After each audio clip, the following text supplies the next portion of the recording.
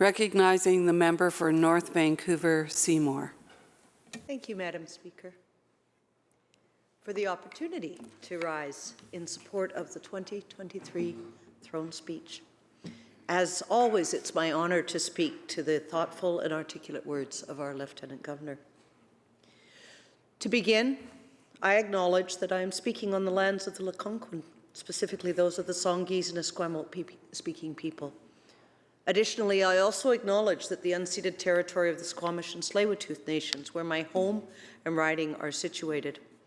It is indeed a privilege to work, learn, and live on those territories that have been and continue to be stewarded for so long and so well. I also want to echo the thanks of one of the preceding speakers to the farmers. Spring comes around and things happen, and the work that they have done to make this spring happen again in a way that is productive and functional and supports our province, supports our food chain, supports our food security is critical. And I want to acknowledge and echo that thanks to our farmers, because they are very, very critical also to our province and to the way things go.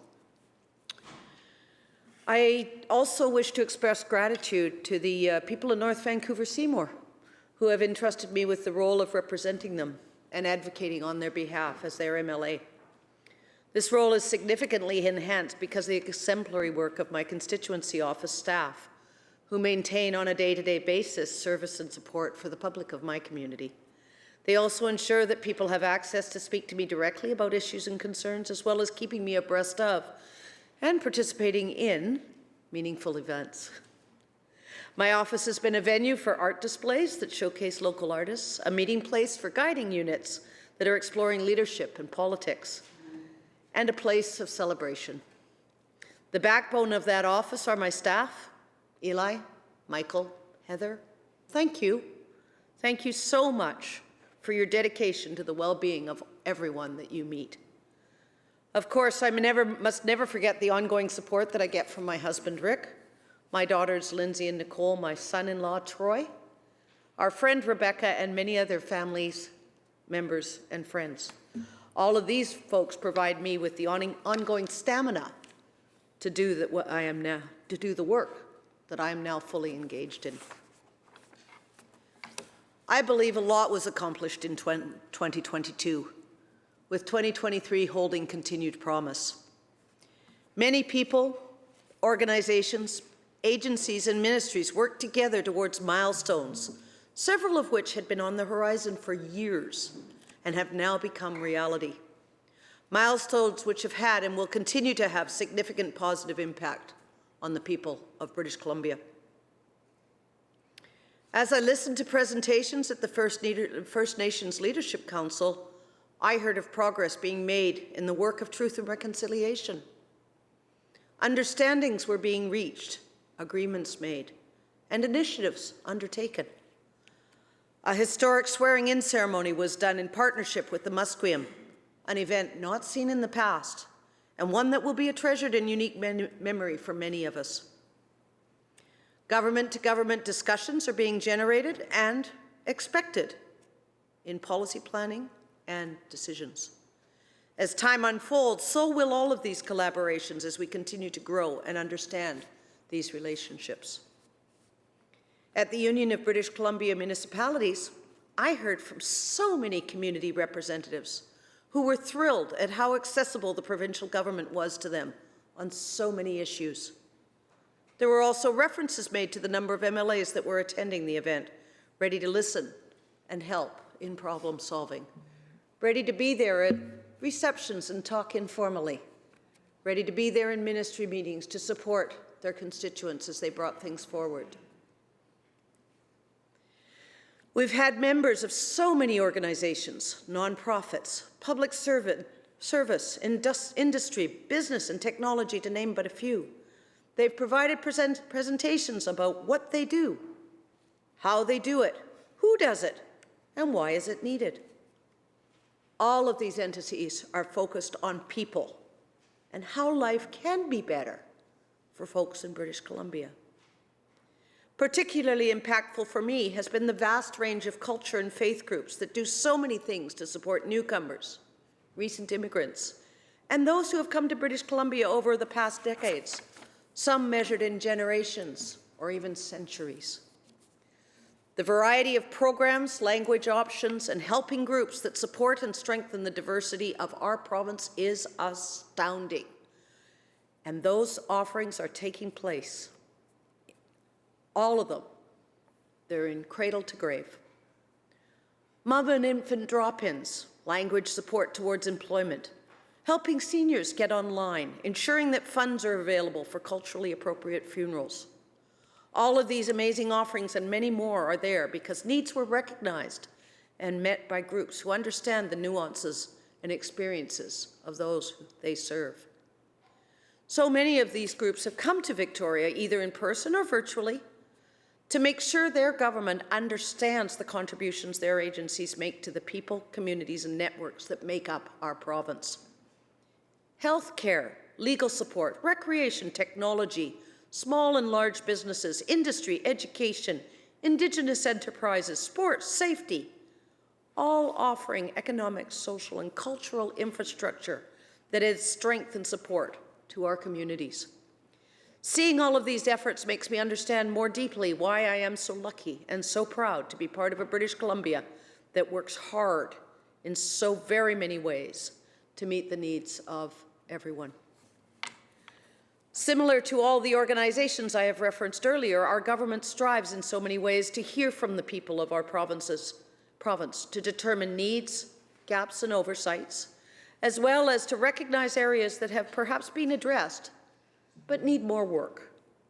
In the spirit of collaboration, we continue to reach out to those who could be or are impacted by plans and decisions to ensure voices are already at the table to address those impacts.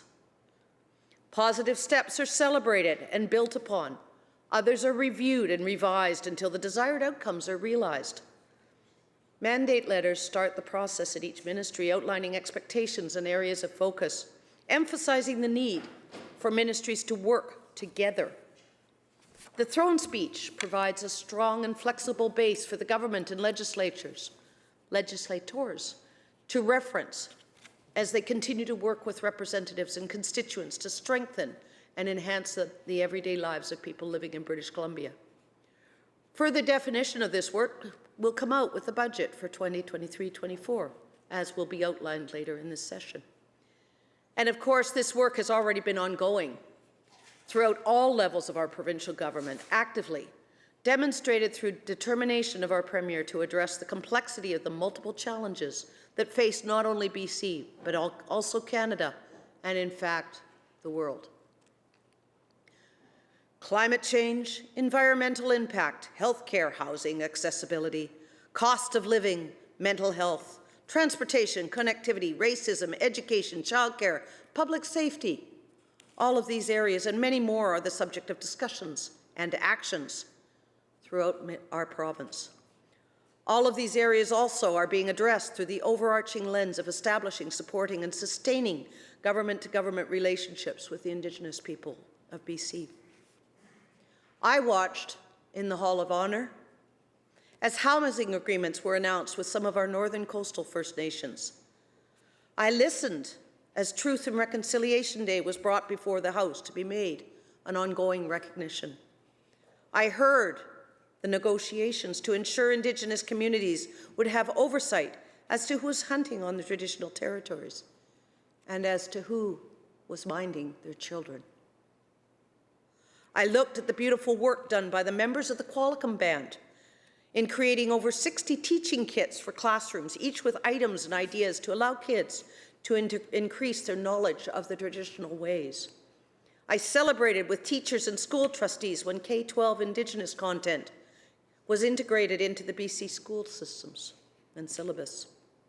I enjoyed visiting the Childcare Centre on Tsleil-Waututh Nation, a place of cheerful kids and proud staff. I paddled with Takaya Tours, who took us up Burrard Inlet and told stories of ancestors, how they lived and thrived. And I am just one person.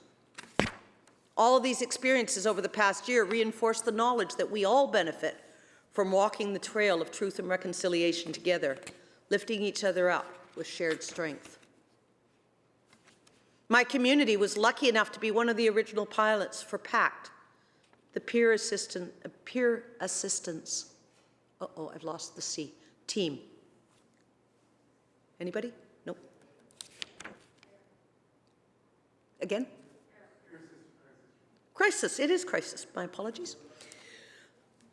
Through the auspices of the Canadian Mental Health Association, they set up a service to support individuals dealing with mental health escalations as an alternative to calling the police or an ambulance. These are folks who go into a situation, assess, and are often able to de-escalate someone who is experiencing a mental health break. So far, they've got about a 70% success rate, which is diverting folks from both the police and the hospitals. Nice to see you, Mr. Speaker. They are also providing support to families and caregivers. I have a senior in my riding who has an adult son in his 50s that has dealt with significant mental health diagnosis all of his life. He's been in and out of several establishments with varying levels of support and clinical staff. Now he's living with his mom in her late 70s, and sometimes it's working okay. However, sometimes things are not going that well for a variety of reasons. PACT took her call, came out and met her son, and provided support for both of them. They're now an expanded part of the network that these folks can access when times get tougher. PACT was also there when a new immigrant was burned out of her home in Lynn Valley and was so distraught that she felt her only option was to commit suicide. They were to help her through working with her in her own language, assuring her that she was safe, and reassuring her that there were available options and help was available to her.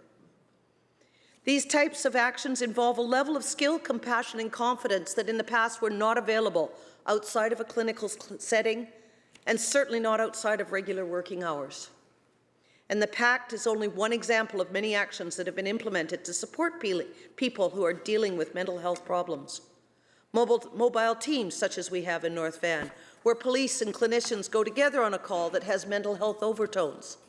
Another resource that is focused on youth mental health is the many foundries that are located throughout various parts of our province, where young people can go for one-stop mental health and health provision. These services are provided through programs and outreach, as well as on an individual basis. Our construction industry has recognized the risk and death toll that is associated with the toxic drug emergency and also has stepped up to contribute towards mitigating this crisis. Tailgate talks, focused on supporting other members of one's crew, are offering education and support around topics such as the danger of using alone, purchasing illicit drugs that are laced with toxins, how to use naloxone, drug testing options, stigma reduction, and many other discussions that allow open dialogue about issues that have never been addressed in the past. Supportive housing from simple to complex care has opened and continues to be opening in various parts of the province. BC is leading the country again, like they did with Insight, in implementing decriminalization of possession of certain drugs for personal use only. This is another step towards reducing stigma and taking drug addiction and usage out of the criminal realm and into the realm of health and mental health. Pathway to Hope has laid a strong foundation with many of the support structures, strategies, and programs coming online and more to come to address the mental health needs of our province. Once again, working together with people and communities and seeing tangible results of this work. I have worked in the field of healthcare since the mid-1980s and have been witness to the roller coaster that healthcare professionals and care providers have been on in that time. The result of dramatic cuts in the funding during the early 2000s became extraordinarily evident with the onset of COVID. A number of steps have been taken across the board to strengthen and rebuild our system of healthcare. In nursing, over 600 new seats were opened so that BC could increase the number of nurses graduating from our own training programs. Work has been done with the college, union, and professional body to speed up the process of getting internationally trained nurses qualified and registered to practice. These nurses bring skills, cultural knowledge, and languages with them, enhancing the diversity and breadth of care offered to patients. Additionally, financial support is being made available as the cost of the process to qualify here has been a barrier for many who eventually gave up on nursing as their career. Nurse practitioners and registered nurses are working at full scope of practice, providing specialized care in a whole variety of areas, including management of substance use. SFU is getting a new medical school, again, so that we can graduate doctors from our own training programs. Internationally trained doctors now have more access to mechanisms that allow them to begin practicing in BC, with more to come. Family doctors are embracing a new funding mechanism that recognizes the complexity of general practice and the cost of running such a practice. We have more ambulances with greater coverage on shifts and more regular staffing models in place. Education funding is becoming available for paramedics with emphasis on people being trained and working in their own local communities. New hospitals are being built, new technologies implemented, legislation being updated to reflect the current and future healthcare in our province. It will continue to improve with work, collaboration, and willingness on the part of all of us. Last fall, I had the opportunity to play with kids at Linmore Elementary School in my riding. We were celebrating the opening of a new, accessible playground at their school, one which the kids had a hand in designing. They were so excited and so proud to show me the different features, and we tried all of them. Yes, I played too, in a dress, and all. One of the things that has been re-emphasized during COVID was the value of being outdoors, and we could never overemphasize the value of physical play. And we have the ever-winning combination of play at school, which has been shown for generations to benefit the learning capacities of our kids. So, Mr. Speaker, you may wonder what playgrounds have to do with throne speeches, and I'm sure others in the House are having the same queries. Well, here's the connection. When my kids were in elementary school and a new playground was needed, we spent several years fundraising and had to source a corporate partner to ensure a comprehensive range of play equipment. Additionally, families did the construction work, under close supervision of professionals, of course, to defray the cost. By the time it was built, several sets of parents who were active and effective in fundraising had their kids in high school and did not necessarily see the benefit of their efforts. Whereas last fall at Linmore Elementary, their playground, like many throughout the province, was funded by the provincial government. A government that recognizes the importance of all people having access to the tools to be involved and engaged in our society, and making sure that accessibility is a significant part of every framework. In the coming year, our government will continue to do the good work that puts people of our province first. Work to buffer them from the cost of living by reducing childcare costs, by offering rebates on vehicle insurance, keeping in auto insurance in the same for the next 2 years, by giving credit on hydro bills to families, and in a myriad of other ways. Work towards reducing and mitigating climate change through strengthening environmental protections and proactively preparing for adverse weather, climate, and geophysical events. Setting up year-round centres that maintain regular teams to manage floods, freshets, and fires. Working with communities to develop or enhance safety plans and reduce risk factors. Work in expanding training resources for health providers and establishing mechanisms to support internationally trained nurses and physicians to be able to work in our communities successfully and raise their families there. Work in mental health to meet the needs of children, youth, adults, and seniors with culturally and trauma-informed practices and resources that reflect the diversity of our client population. Why is this work being done? Because it's needed in an ongoing and methodical basis to continue to make things better for the people of British Columbia. Our government will continue that work because we are all in the corner of the people of British Columbia every day. Thank you, Mr. Speaker, for this opportunity to rise in support of the speech. Member